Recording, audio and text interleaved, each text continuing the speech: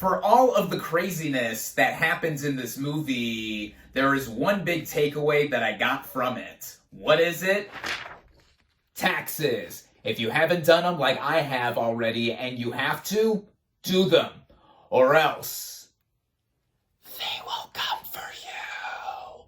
What is up, everybody? Random Man here. I hope everyone out there is continuing to stay safe and be well during this unpredictable time, as I am here bringing you my review for Everything Everywhere All at Once.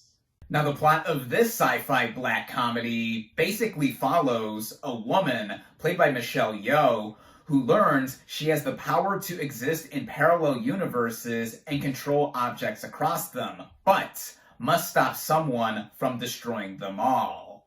Going into this movie, I was highly anticipating it. This became one of my most anticipated films of 2022 when I found out the directors behind it. This film is written, produced, and directed by Dan Kwan and Daniel Steinert, collectively known as the Daniels. Their previous effort was 2016's Swiss Army Man, which I loved, and to put it simply, is one of the more unique movies of the past decade. So them coming back together for this new feature, and with the concept behind it that looked so ambitious and has already been covered by a lot of franchises and will continue to be covered by a lot of franchises, but this being done on a smaller scale, this had my interest. On top of that, the cast involved here really sold me to see this film, on top of the critical acclaim it has been getting ever since it premiered at South by Southwest last month,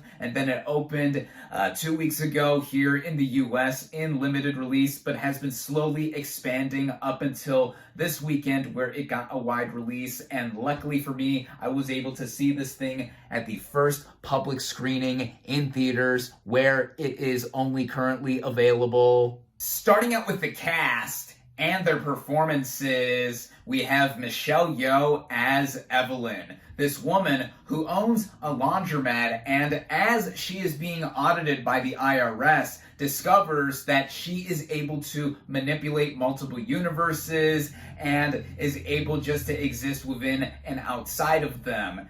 And Yeoh is an actress who is skilled for her martial arts abilities, as she is shown in films such as Crouching Tiger, Hidden Dragon, and more recently, Shang-Chi and the Legend of the Ten Rings. And given the bonkers concept that this movie has, she's able to show that off in spades, effortlessly. But one thing I want to highlight here is her actual acting ability as well, because her comedic and dramatic timing across this narrative, I think, is as praiseworthy as what she has shown she has been able to do physically in a bunch of martial arts films. What she does here is both emotionally and physically demanding, and it comes together with a balance that has a performance that so far is my favorite lead one in any 2022 film I have seen thus far, and I hope gets proper recognition towards the end of the year. Even though we're only about a quarter of the way through 2022, this really should be upheld. Also deserving an equal amount of praise is Ke-Huy Quan as Wayman, Evelyn's husband. Now, a lot of us know him as a child actor from the 1980s, where he showed up in films such as Indiana Jones and the Temple of Doom as Short Round and The Goonies as Data. And in the decades in between those films and now, he has stayed mostly out of the limelight in front of the camera. And now into his middle age, he has come back to do a movie like this one, no less. And what he does here is bring out a lot of the heart. As him and his wife are facing financial troubles, he hesitantly also wants to divorce her to get away from all of this.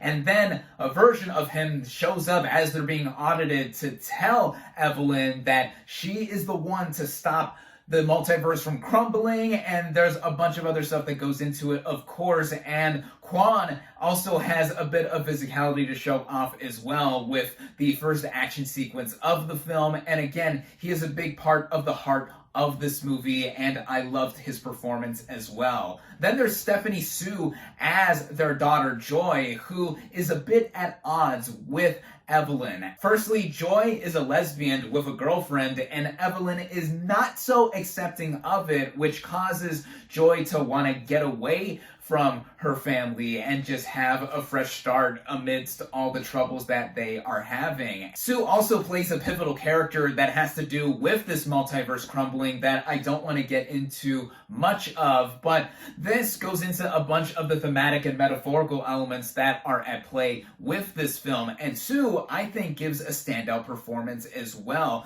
given what she has to do with this role / multiple roles and everything else in between interacting with our main players. Then there's also the legendary James Hong as Evelyn's father. It's always a delight to see him here and what he has to do as well. It just adds into the overall zaniness of this film. Jamie Lee Curtis as the evil IRS agent also has standout moments too, with her being the most physical I've seen from her in a while outside of the Halloween films. And there's even actors that show up in between here for memorable minor bit parts like Jenny Slate and Harry Shum Jr. But really, it is Yeoh that yanks us into multiple universes and then some, also with a big shout out going to Kwon in this film being exceptionally acted. The writing of this film, and by extension the directing by the Daniels, brings out a lot, literally a lot, as the title implies, in doing everything everywhere all at once, and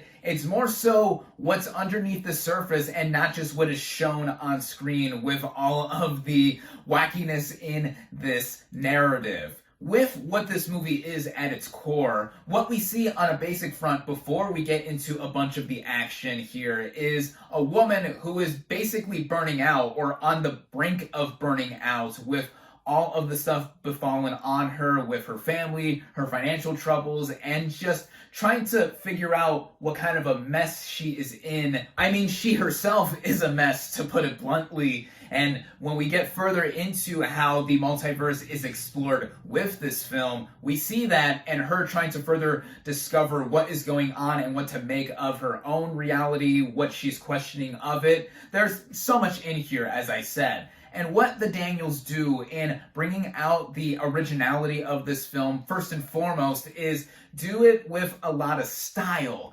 And the substance that's in here has the movie just evoke emotion that I expected this movie to have on some levels, but in it brimming throughout it amidst a lot of the chaos here, it grounds the movie despite it going off the rails. I say that too in the best way possible because this movie in no way is realistic at all, but what it does is wear its own sense of ingenuity on its sleeve while going at it with its own sense of parameters, which brings me to talking about the action sequences. And it's clear that martial arts movies from the past and present are influential with this film, and the choreography and overall blocking of them with our main players and all of the other stunt performers here, wow, wow, wow. Yeah, it's among the best I have seen in recent memory. And the way it is all cut together with the editing here, whew,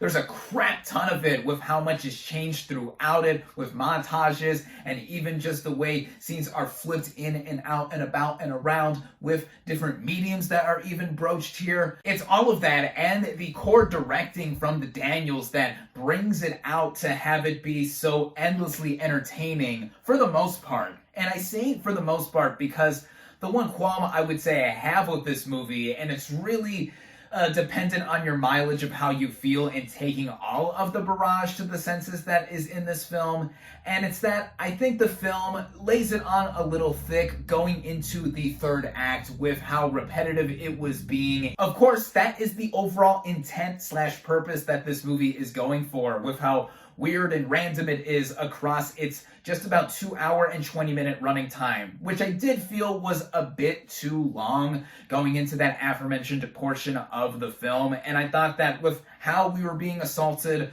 with all that the movie was trying to present to us, to me it felt like it could have been trimmed down a bit, or there could have been a little bit more breathing room with what the movie was doing because of how it was just going about what it was trying to say. That is just how I feel having seen this film once so far. And if that's the only thing I really have to complain about with the movie, then there's really nothing left but more good stuff to talk about here. Like I've mentioned, with those action sequences and how bananas they are, the overall design and style of this movie, like how unique and creative it is with the different costume changes, set changes, the overall composition of everything this movie is literally doing all at once. This film has so much in it that has an attention to detail that with its modest budget, it proves what you can do with the power of the medium of cinema. And what is done here is use every sense imaginable to the fullest ability to have me be engrossed within what I was watching and just basking in the glory of it all, no matter how over the top or far-fetched. And one other technical element I have to give a specific shout out to is the original score. It is done by the band Son Lux, and the electronica essence that is evoked across the entirety of what is used here, I think backs up the beauty that this movie has too, with what it is trying to say and everything else that it is shown with its visual vivaciousness and the style too. And I think that it puts a bow on this movie technically to how it is, to put it simply and to be cliche, is a chef's kiss through and through. I say all this too while emphasizing how exponentially emotional this film is, as much as it is original in its total, as there's so many themes and further metaphors that you can see aligned with the parallels that this movie is presenting. Of course, how it is to be as a family unit, no matter how much one is struggling within it, and even existentialism to an extent of where even the meaning of life is tarried around with one's existence, one trying to fit themselves into this world, no matter how messed up they are or if they are between a rock and a hard place, all that kind of stuff. It's thrown in here while having other cinematic influences be put in that a lot of us film fans will eat up and would love to point out. Of course, some of the obvious ones one can point out have to do with martial arts movies galore, Wong Kar-wai at one point, and even my personal favorite Disney Pixar movie. If you know, you know, and if you don't, see the movie to find out what I am talking about, because this movie really is so all over in the best way. And I think that films like these instill the feeling of how there are voices out there like the Daniels that can make movies like these and also have something to say within them while also giving us an endlessly entertaining experience. In case you couldn't already tell by now, I loved Everything Everywhere All at Once. As I mentioned before, we are only about a quarter of the way through 2022 thus far, but I will be shocked if this film does not end up on my top 10 favorites of the year list, as right now, as of this video, it is my favorite film of the year thus far. I highly recommend it. My final verdict for Everything Everywhere All at Once is 4.5 out of 5 stars.